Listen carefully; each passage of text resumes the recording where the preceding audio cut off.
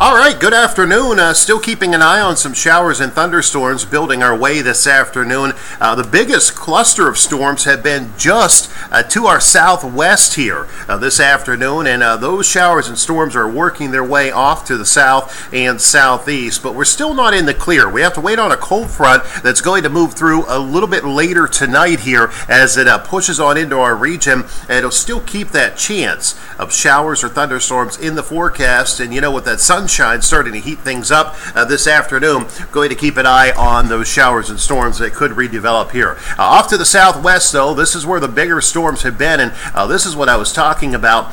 This cluster of storms working its way across central Ohio here. That continues to push its way off to the south and southeast, so that's good news for us. We don't need all that real heavy rainfall. Currently, just before 2:30 here in the afternoon, you can plainly see not a whole lot going on.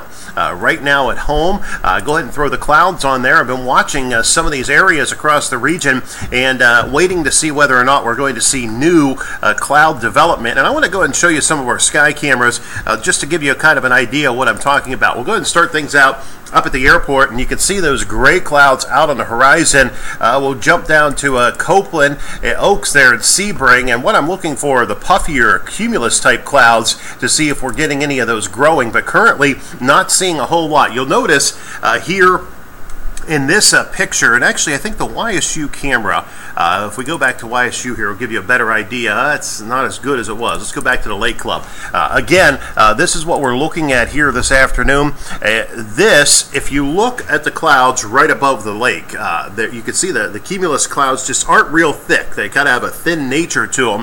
What I'm going to be watching for is whether or not these clouds start to expand again as we heat up this afternoon. So this is the setup. Right now, temperatures are warm in the 80s, where it's been rain-cooled, a little bit cooler.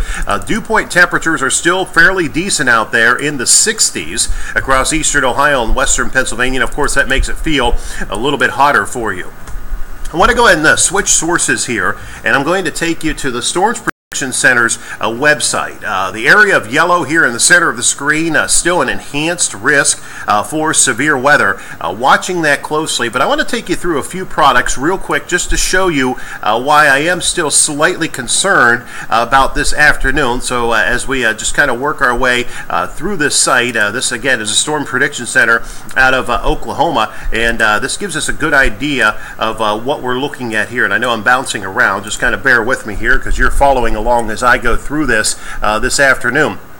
But what I want to do is take a view of parts of the region and talk about what kind of energy we still have available for us this afternoon, and I'll show you what I'm looking at here.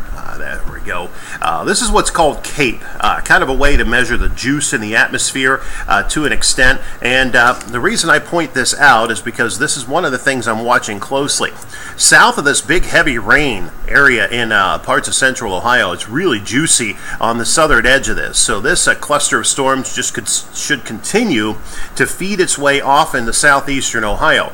Now we are up in the northeastern corner of the state here, and you'll notice these numbers, 500, 1,000, 1,000, these are what are measured in joules per kilogram. A long story, but basically showing you the energy in the atmosphere.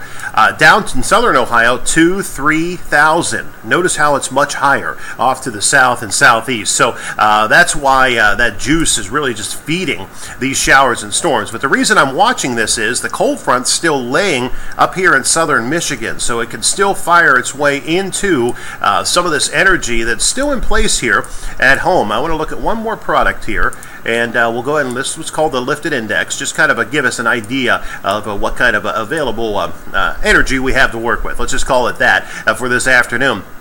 And the lower the negative number, the stronger the possibility is. That's very speaking simply about this, but that's the way it is. And you'll notice in southwest Ohio it's going -5, -6, -7. Here at home, it looks like we're kind of sitting in that bullseye of a -2 to 3. So still a little unstable here across northeastern Ohio and northwestern Pennsylvania, and that's the reason why I still have these showers and thunderstorms in my forecast this afternoon. And this is what we're going to be watching. But right now, as of 2:30 here this afternoon, Not a whole lot going on at home. The bigger storms are to our south, so it's pretty much a waiting game at this point here this afternoon to see whether or not these storms will refire back over top of us. And again, what we're waiting for is the cold front to push its way through here into this evening and tonight. Once that cold front clears, we can shut down that threat of stronger thunderstorms here at home,